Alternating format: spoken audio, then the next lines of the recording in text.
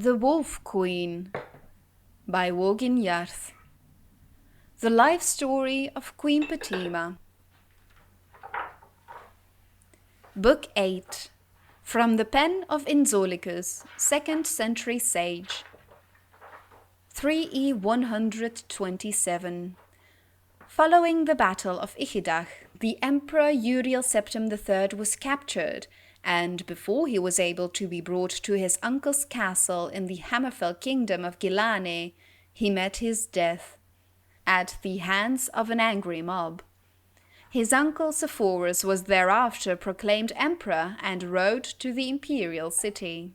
The troops formerly loyal to Emperor Uriel and his mother, the Wolf Queen Potema, pledged themselves to the new emperor. In return for their support, the nobility of Skyrim, High Rock, Hammerfell, the Somerset Isle, Valenwood, Blackmarsh, and Morrowind demanded and received a new level of autonomy and independence from the Empire. The War of the Red Diamond was at an end. Potema continued to fight a losing battle, her area of influence dwindling and dwindling until only her kingdom of solitude remained in her power. She summoned Dedra to fight for her, had her necromancers resurrect her fallen enemies as undead warriors, and mounted attack after attack on the forces of her brothers, the Emperor Sepphoris Septim I and King Magnus of Lilmoth.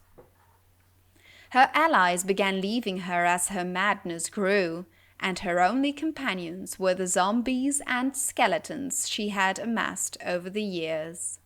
The Kingdom of Solitude became a land of death. Stories of the ancient Wolf Queen being waited on by rotting skeletal chambermaids and holding war plans with vampiric generals terrified her subjects. 3E 137. Magnus opened up the small window of his room.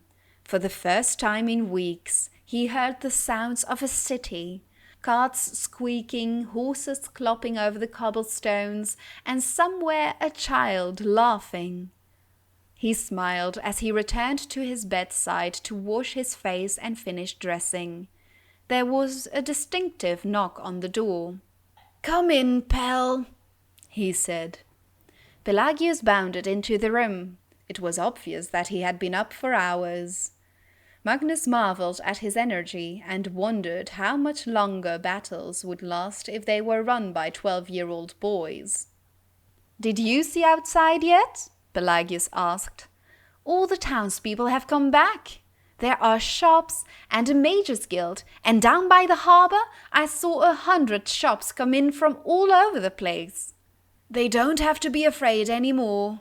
We've taken care of all the zombies and ghosts that used to be their neighbours, and they know it's safe to come back." "Is Uncle Sepphoris going to turn into a zombie when he dies?" asked Pelagius. "I wouldn't put that past him," laughed Magnus. "Why do you ask?" "I heard some people saying that he was old and sick," said Pelagius. "He's not that old," said Magnus. "He's 60 years old. That's just 2 years older than I." "And how old is Aunt Potema?" asked Pelagius. 70, said Magnus. "And yes, that is old. Any more questions will have to wait. I have to meet with the commander now, but we can talk at supper. You can make yourself busy and not get into any trouble." "Yes, sir," said Pelagius. He understood that his father had to continue to hold siege on Aunt Potema's castle. After they took it over and locked her up, they would move out of the inn and into the castle. Pelagius was not looking forward to that. The whole town had a funny, sweet death smell, but he could not get even as close as the castle moat without gagging from the stench. They could dump 1,000,000 flowers on the place and it wouldn't make any difference at all. He walked through the city for hours, buying some food and then some ribbons for his sister and mother back in Lilmoth. He thought about who else he needed to buy gifts for and was stumped. All his cousins, the children of Uncle Sepphoris, Uncle Antiochus, and Aunt Potema, had died during the war. Some of them in battle and some of them during the famines because so many crops had been burned. Aunt Bianchi had died last year. There was only he, his mother, his sister, his father, and his uncle the emperor left. And Aunt Potema, but she didn't really count. When he came upon the Mages Guild earlier that morning, he had decided not to go in. Those places always spooked him with their strange smoke and crystals and old books. This time it occurred to Pelagius that he might buy a gift for Uncle Sepphoris, a souvenir of Solitude's Mages Guild. An old woman was having trouble with the front door, so Pelagius opened it for her. "Thank you," she said. She was easily the oldest thing he had ever seen. Her face looked like an old rotted apple framed with a wild whirl of bright white hair. He instinctively moved away from her gnarled talon when she started to pat him on the head, but there was a gem around her neck that immediately fascinated him.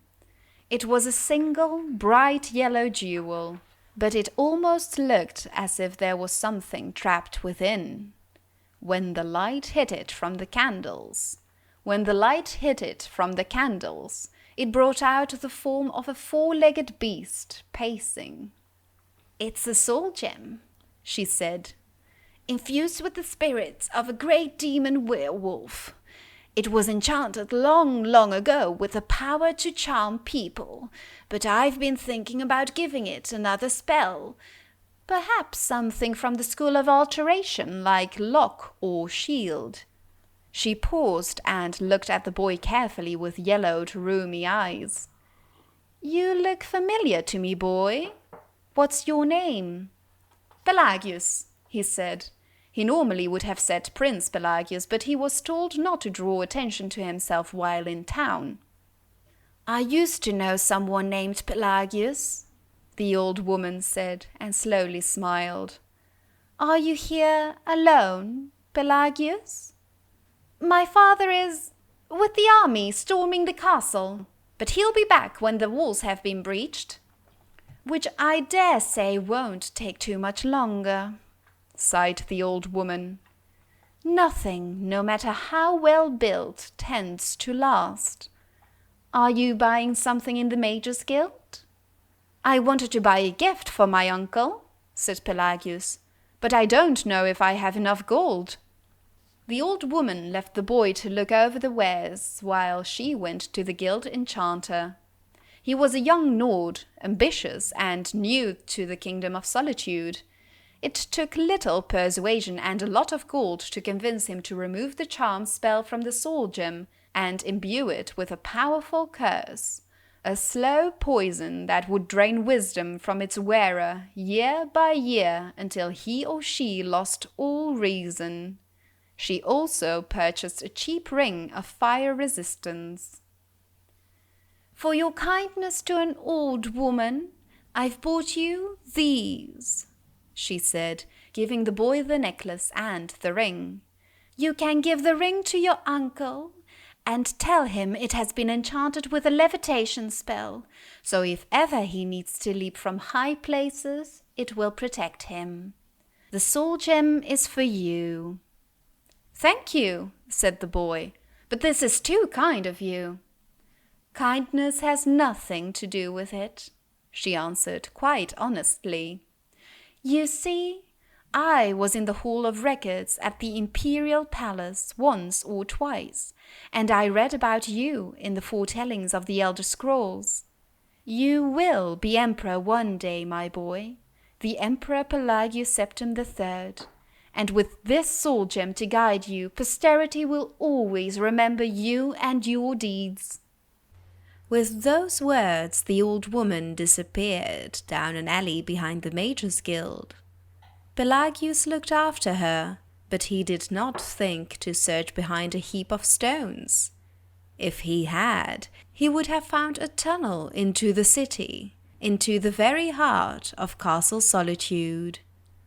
and if he had found his way there, he would have found, past the shambling undead and the mouldering remains of a once grand palace, the bedroom of the queen.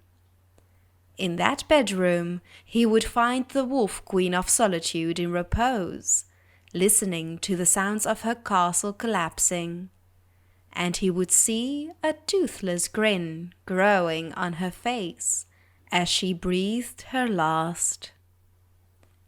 From the pen of Inzolicus, 2nd century sage. 3E 137. Potema Septim died after a month-long siege on her castle. While she lived, she had been the Wolf Queen of Solitude, daughter of the Emperor Pelagius II, wife of King Mantiarco, aunt of the Empress Quintira II, mother of Emperor Uriel III, and sister of the Emperors Antiochus and Sepphoris. At her death, Magnus appointed his son Pelagius as the titular head of Solitude, under guidance from the royal council. 3E 140. The Emperor Sepphoris Septim died after falling from his horse. His brother was proclaimed the Emperor Magnus Septim. 3E 141. Pelagius, king of Solitude, is recorded as occasionally eccentric in the imperial annals. He marries Catarish, Duchess of Vardenfell. 3E 145. The Emperor Magnus Septim dies. His son, who will be known as Pelagius the Mad, is coronated.